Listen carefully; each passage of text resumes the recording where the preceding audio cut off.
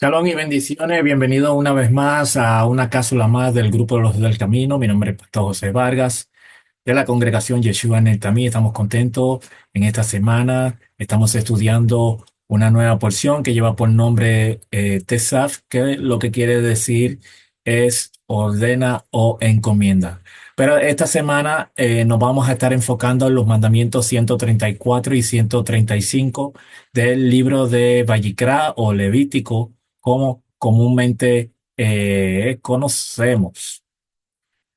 En esta porción, mis amados, estos mandamientos 134 y 135 que se centran en la porción restante de las ofrendas vegetal, que es la minja, que consumen los Kohanim, culturalmente y en el antiguo Medio Oriente, compartir el alimento sacrificial, lo que reflejaba la comunión entre el adorador, el sacerdote y la divinidad. Entonces, históricamente, estas instrucciones resaltan la santidad del servicio que en el Mishkan. El pan, como sabemos, no podía ser leudado ni consumido fuera del espacio sagrado. Y este detalle subraya la separación entre lo común y lo kadosh, que es lo santo, un principio esencial en la cosmovisión hebrea frente a las prácticas idolátricas vecinas. Así que vamos a dar comienzo con estos dos mandamientos.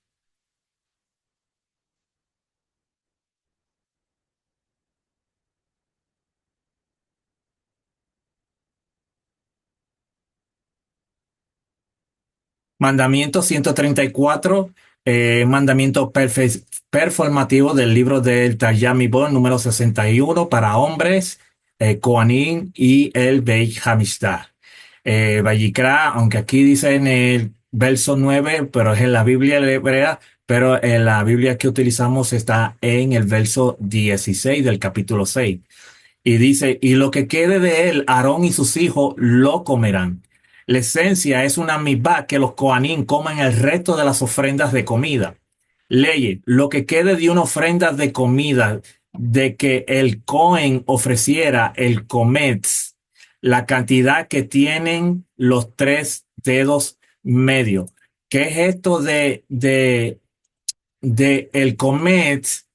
El comes es la porción de harina o incienso que el Cohen, en este caso el sacerdote, tomaba con tres dedos, que eran el índice, el medio y el anular, cerrando estos tres dedos sobre la palma. Y lo que quedaba dentro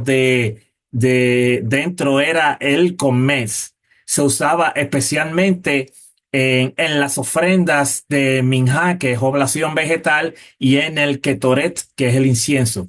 Entonces, en resumidas, el comer lo que cabe entre los tres dedos centrales del Cohen al cerrarlo sobre la palma. Es una medida, vendría siendo una medida ritual precisa, no estimada. Eso es lo que significa el cometz.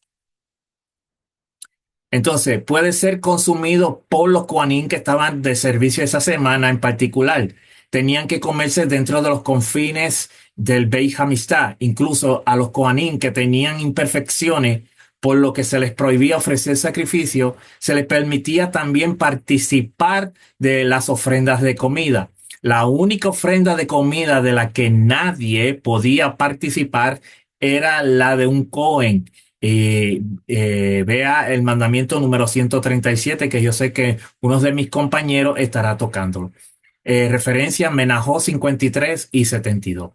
En el contexto del antiguo cercano oriente, en el mundo antiguo cercano oriente, especialmente en culturas como la de Mesopotamia, Canaán y Egipto, los alimentos ofrecidos a los dioses eran considerados comida sagrada. Y hago un paréntesis aquí porque quiero agradecer a mi hermano More, Juan, suerte por proveerme información. Pero generalmente no se compartían con los sacerdotes de la manera prescrita por la Torá. En muchos casos, las ofrendas eran quemadas totalmente como holocausto o comidas simbólicamente por los dioses a través del humo ascendente. En contraste, la Torá instituye una relación recíproca y participativa entre el adorador, el altar y los sacerdotes. Pero en Israel, los sacerdotes no solo facilitaban el sacrificio, también participaban de él, destacando su papel como representante del pueblo ante Hashem y viceversa.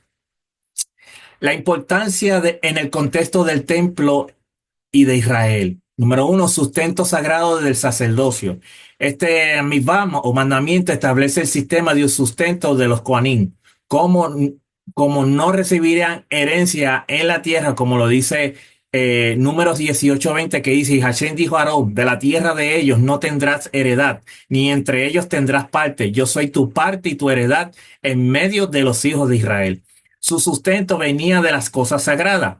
Comer del sacrificio no era solo nutrición física, era parte del servicio sagrado y transformaba lo cotidiano en liturgia.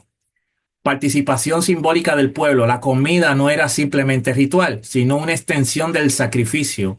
Al consumirla los sacerdotes, el pueblo era aceptado, representaba una comunión con Hashem, la porción divina quemada, la humana comida. Distinción entre pureza y santidad. Comer debía hacerse en el recinto sagrado por varones en estado de pureza. Esto es algo que tenemos que tener en cuenta. La persona, la que podía comer, tenía que estar en un estado de pureza dentro del recinto. Subraya la enseñanza de que lo sagrado no puede ser tratado con ligereza o fuera del marco del pureza establecido. Fusión de los Kohanim. Aarón y sus hijos no solo actuaban como intermediario entre el pueblo y Hashem, sino que también dependían del templo para su sustento. Ellos no recibían herencia de tierra como los demás tribus y por tanto vivían de las porciones sagradas de las ofrendas. El mandamiento de comer la minjá refleja esto, era su pan espiritual y literal. No era un acto de glotonería, sino una parte del ritual divinamente establecido para mantener la kedushá, santidad del sistema sacerdotal. ¿Cuál es el contexto de este mandamiento? El pasuk o el verso forma parte de las instrucciones de Hashem sobre las ofrendas de harina minjá, una de las 5 categorías de sacrificio mencionada en el libro de Vayikra. Esta ofrenda es traída por los israelitas como acto de obediencia y acercamiento a Hashem, pero no se quemaba toda en el altar. Una parte de la minjá era reservada para ser comida exclusivamente por los Kohanim, es decir, Aarón y sus hijos. ¿Cuál es la misma de este mandamiento número 134, MPC 61? Mandamiento positivo que ordena a los Kohanim comer de las ofrendas de harina. Es un mandamiento activo, performativo, porque requiere una acción específica: comer. Está limitado a los descendientes varones de Aarón, es decir, los Kohanim legítimos. Debe hacerse en un lugar santo, el Mishkan, o en el templo más tarde. Es decir, dentro del atrio y más adelante, como dije, en el templo. Época y trasfondo del mandamiento. Este mandamiento fue entregado durante el tiempo en que los hijos de Israel estaban en el desierto, específicamente en el 2.º año después de la salida de Misraim, Egipto. Nos encontramos en el libro de Vayikra, que es básicamente el manual sacerdotal del Mishkan. En este momento, el Mishkan ya había sido erigido y consagrado. La familia de Aarón había sido investida como Kohanim, con un propósito, con un rol y con una función. Y ellos eran los únicos autorizados a ofrecer ofrendas. La nación estaba siendo organizada en el torno al servicio del Mishkan, que era el centro espiritual y geográfico del campamento.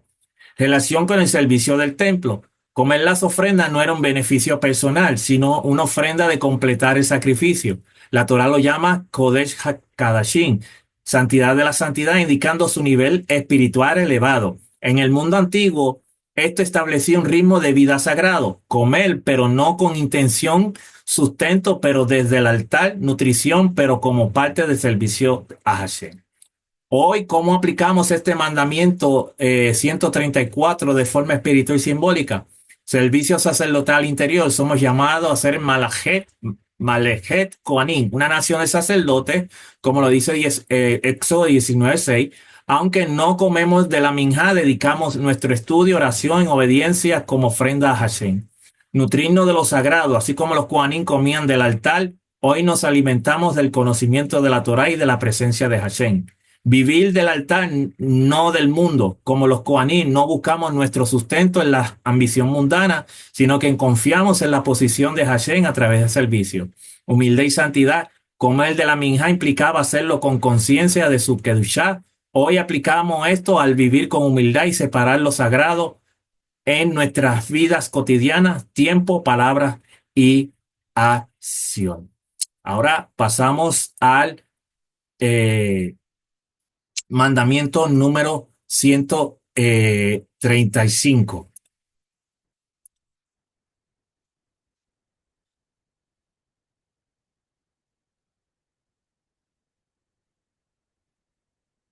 Mandamiento 135, mandamiento prohibido, que es 74 en el libro de Taryat Mibó, para el Beit Hamidá, Vayikra, aunque dice 10, verso 10, pero es el verso 17 en las Biblias regulares. No cocerá con levadura. Esencia, está prohibido cocinar el resto de las ofrendas de comida de parte que comen los Kohanim, de tal manera donde puede convertirse en jamés leudado. Referencia, Sebajín 36, Menajó 55 y 56. Contexto del antiguo cercano oriente. En el antiguo cercano oriente, el pan fermentado era común y considerado más deseable que el pan sin levadura. Se asociaba con vida, abundancia y fiesta. Sin embargo, en contextos religiosos, algunas culturas evitaban el uso de fermentos por considerarlos símbolos de corrupción o impureza, como en ciertos rituales de Egipto. En Egipto y Canaán, el pan leudado era símbolo de abundancia, fiesta y orgullo. Los cultos paganos usaban pan fermentado en sus rituales. Por eso aquí Hashem vemos que luego hace un contraste cultural. Israel fue separado por medio de una dieta espiritual distinta. El hametz o la levadura era excluido del servicio del templo como símbolo de separación del paganismo y de purificación interna. Esto refleja un patrón de Hashem. No imitarás al de las naciones que yo he expulsado, Levítico 18:3. En la Torá, el hametz se convierte en un símbolo de lo corruptible que, y lo que se infla, una metáfora del orgullo, la soberbia y la impureza moral. Por eso las ofrendas que espían el pecado y que se comen en santidad debían estar libres de levadura. Importancia en el contexto del templo de Israel. Pureza y humildad. El pan sin levadura simboliza humildad y pureza, cualidades requeridas tanto para el que ofrenda como para el sacerdote que lo come. Este acto debía reflejar el arrepentimiento sincero y la rectitud de intención, importancia para los Kohanim. Los Kohanim eran responsables de preparar y consumir estas ofrendas con sumo cuidado. La harina debía ser protegida del contacto con humedad y prolongada. El horneado debía ser rápido y vigilado. Comer hamet accidental en estas ofrendas era una transgresión grave. Esto demanda un alto nivel de disciplina y conciencia espiritual diaria. Separación de lo profano. La prohibición de hamet en ofrendas refleja la necesidad de distinguir lo cotidiano de lo sagrado. El fermento era asociado a veces con descomposición y decadencia, no adecuado para representar lo eterno y puro. Este mandamiento negativo prohíbe hornear o cocinar la minjá, especialmente la parte que queda para los Kohanim, de tal forma que se vuelva jamés leudada. Tipología, enseñanza ética. Más allá de lo ritual, esta prohibición enseña a rechazar la inflación del ego, de la corrupción. En un sentido espiritual, Israel debía aprender a acercarse a Hashem con sencillez de corazón, sin arrogancia. Los jajamín sabios explican que la levadura simboliza el ego, la soberbia, porque hace crecer la masa más allá de su tamaño natural. El pecado, el yesejará, impulso negativo. Por eso, en contextos sagrados como las ofrendas, se evita el jamé, especialmente en el servicio del templo.